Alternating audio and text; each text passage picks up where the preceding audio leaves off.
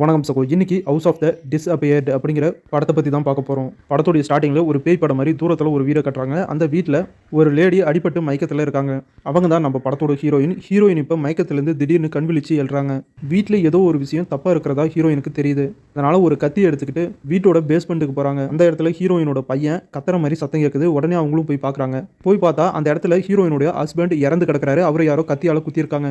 சரி, ஹஸ்பண்ட் இறந்துட்டாரு, பையனை தேடி பார்க்கலான்னு தேடி பார்க்குறாங்க. ஆனால் அவங்களுடைய பையனை காணோம். அந்த வீட்டில் நடந்திருக்க சம்பவங்களை பார்த்து போலீஸ் ஹீரோயின் தான் அவங்க ஹஸ்பண்டையும் பையனையும் கொலை பண்ணிட்டாங்க, பையனோட பாடி கிடைக்கல, ஹீரோயின் தான் கொலகாரி அப்படின்னு ஹீரோயினை தூக்கி ஜெயிலில் வைக்கிறாங்க. நமக்கு மட்டும் தான் தெரியும் ஹீரோயின் கொலை பண்ணல அப்படின்னு.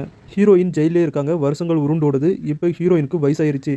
வயசான நம்ம ஹீரோயினை போலீஸ் ரிலீஸ் பண்ணுறாங்க. ரிலீஸ் பண்ணதுமே ஹீரோயின் நேராக அவங்களுடைய வீட்டுக்கு போகிறாங்க. தன்னோட ஹஸ்பண்டை யார் கொலை பண்ணியிருப்பாங்க, நம்மளுடைய பையன் எப்படி திடீர்னு காணாமல் போனான் அப்படின்னு தேடி கண்டுபிடிக்கணும் அப்படின்னு நினைக்கிறாங்க. வயசான நம்ம ஹீரோயினுக்கு ஒரு ஃபாதர் யாரும் உதவி பண்ணுறாரு. அந்த ஃபாதர் யார் ஹீரோயினுடைய வீட்டை பற்றி விசாரிக்க ஆரம்பிக்கிறாரு. அப்போ தான் இந்த வீட்டில் ஏற்கனவே நிறைய பேர் காணாமல் போயிருக்கிறத தெரிஞ்சுக்கிறாரு. உண்மையிலேயே ஹீரோயினோட வீட்டில் என்னதான் நடக்குது, அந்த வீட்டில் நடந்த மர்மமான விஷயங்கள் என்ன, அதனால ஹீரோயின் எப்படியெல்லாம் பாதிக்கப்பட்டாங்க, கடைசியாக ஹீரோயின் அவங்களுடைய காணாமல் போன பையனை கண்டுபிடிச்சாங்களா அப்படிங்கிறதெல்லாம் இந்த படத்தை பார்த்து நீங்களே தெரிஞ்சுக்கோங்க.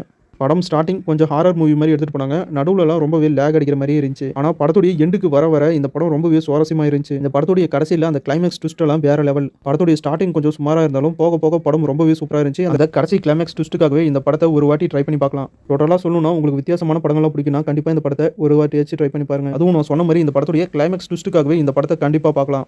இப்போ இந்த படத்தை தமிழில் ரிலீஸ் பண்ணியிருக்காங்க. டெலிகிராம் சேனல் லிங்க் டிஸ்கிரிப்ஷனில் கொடுத்துருக்கேன், வேணுங்கிறவங்க யூஸ் பண்ணிக்கோங்க. இந்த வீடியோ பிடிச்சா லைக் பண்ணுங்க, நம்ம சேனலுக்கு தொடர்ந்து சப்போர்ட் பண்ணுங்க, சப்ஸ்கிரைப் பண்ணுங்க. தேங்க்யூ.